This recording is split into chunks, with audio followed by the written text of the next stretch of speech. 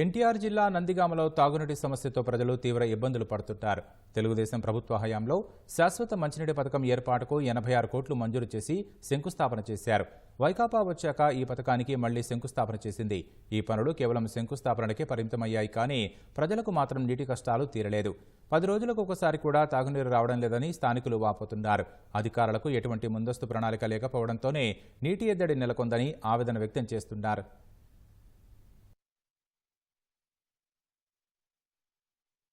మంచినీటి సమస్య ఎలా ఉంది అంటే డ్రైనేజీ వాటర్ ఫిల్టర్ అయితే తాగాలని అంత దరిద్రంగా ఉంది.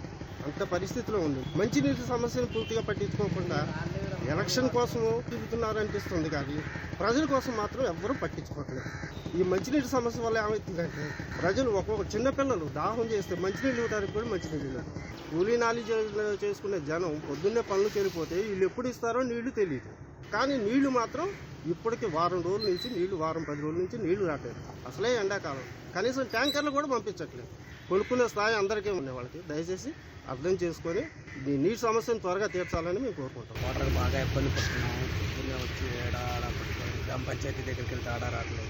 అసలు మాకల్లి పైప్ లైన్ కూడా లేదండి, రావట్లేదు. ట్యాంకీ వచ్చేది మొన్నటిదాకా, ట్యాంకీ కూడా రావట్లేదు సార్. ఇది పొద్దున్నే మేము పిల్లల్ని స్కూల్లో మొన్నటిదాకా దింపుకొని ట్యాంకీ దగ్గరికి వచ్చి వెయిట్ చేసి కొట్టుకొని పోవాల్సింది. డ్యూటీలో పోవాలన్నా కానీ ఇబ్బంది.